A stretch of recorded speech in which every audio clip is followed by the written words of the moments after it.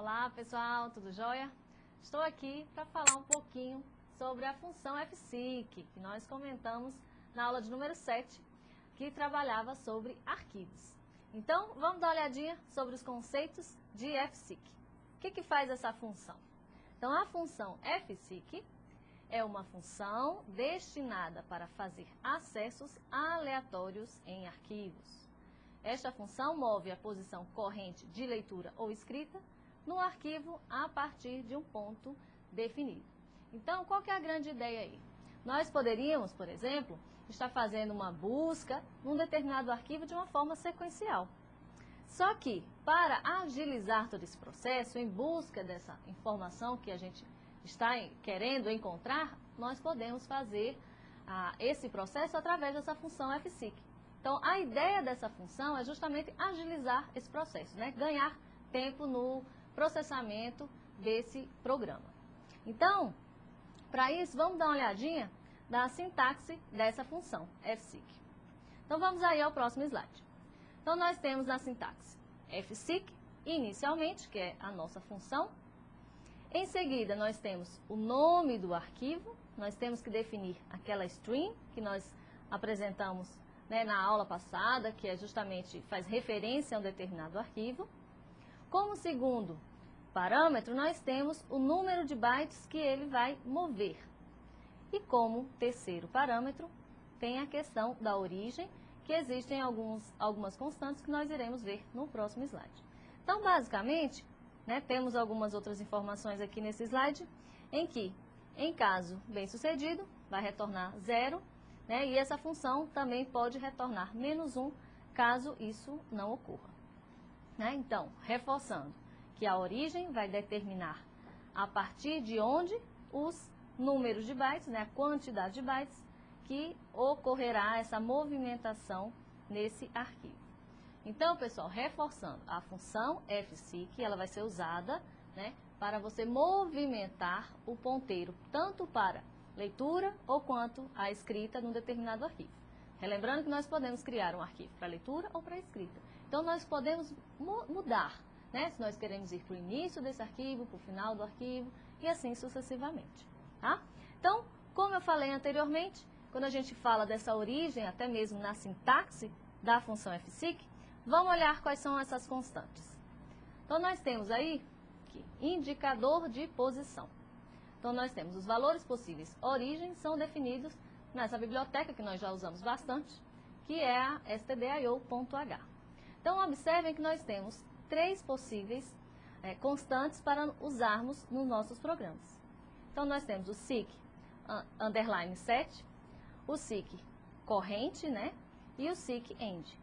Então, fica a cargo de vocês se vocês vão utilizar a constante ou o próprio número. Então, tanto faz. Verificam que fica mais fácil de assimilar. Mas é importante observar, ó, que no caso do end, já é o final. Então, observem que, nesses casos, quando são os valores inteiros, nós temos 0, 1, 2. O 2 vai ser o último, que é para o final. O 1, ele é o corrente, que é o intermediário.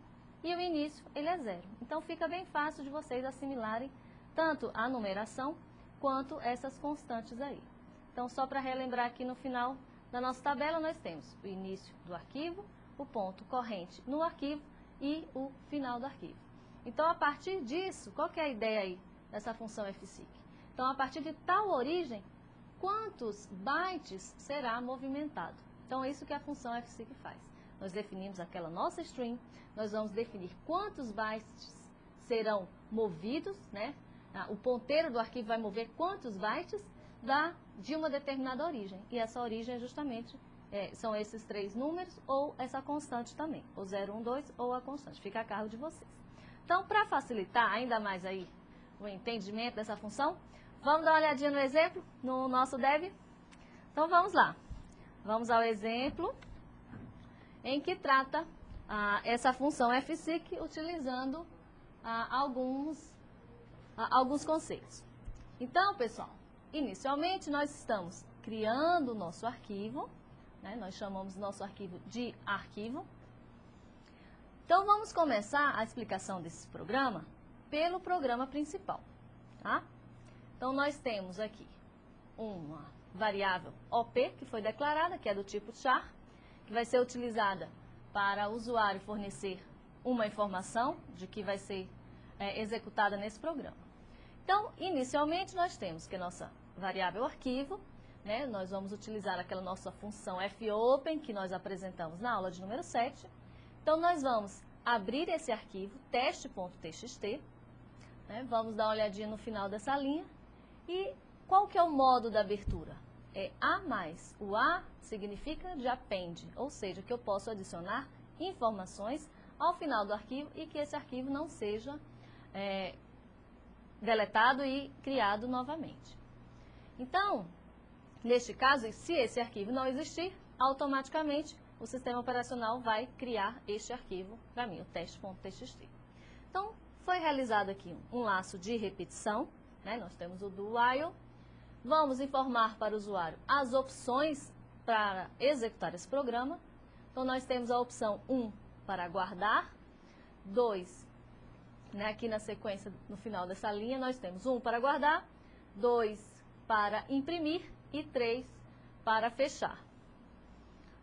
Isso, exatamente. Então, vamos solicitar ao usuário que ele entre com uma determinada opção, né, 1 ou 2 ou 3, e vamos estar utilizando nosso switch, que é a estrutura de múltipla escolha. Então, se for para 1, vamos chamar a função guarda, 2 a função imprime e 3 a função para fechar esse arquivo que nós criamos anteriormente. Tá? E o default, ou seja, se nenhuma das opções que o usuário forneceu estão apresentadas anteriormente. Ok, então vamos dar uma olhadinha melhor nessas duas funções, guarda e na imprime. Então, a função guarda, basicamente, vai solicitar para o usuário entrar com uma string, um texto, e a partir daí, esse texto vai ser armazenado no arquivo. Então, vamos dar uma olhadinha melhor aqui no nosso exemplo. Então, nós definimos um texto, né, que vai se chamar uma frase, vamos informar para o usuário para ele entrar com uma determinada frase, só que aí nós já estamos utilizando aquela nossa função fseek que eu comentei anteriormente. Então, observem, olha, fseek, primeira coisa que eu tenho que colocar é o arquivo, é aquela string. Tá? Em seguida, esse zero. O que esse zero significa? Significa que ele vai mover 0 bytes. Ou seja, se ele já está no final do arquivo, que é justamente o que diz esse terceiro argumento, então ele não vai mover nada, ele vai ficar justamente no final do arquivo. Então, observem, eu defino que ele vai mover para esse arquivo, né, ele vai estar colocando no final, que esse 2 significa o final do arquivo, e ele vai mover quantos bytes? Justamente 0. Tá bom? Feito isso, como nós já definimos, né, especificamos onde que o arquivo, a partir de onde ele vai ser lido ou vai ser escrito. Né? Isso feito através da função fseek.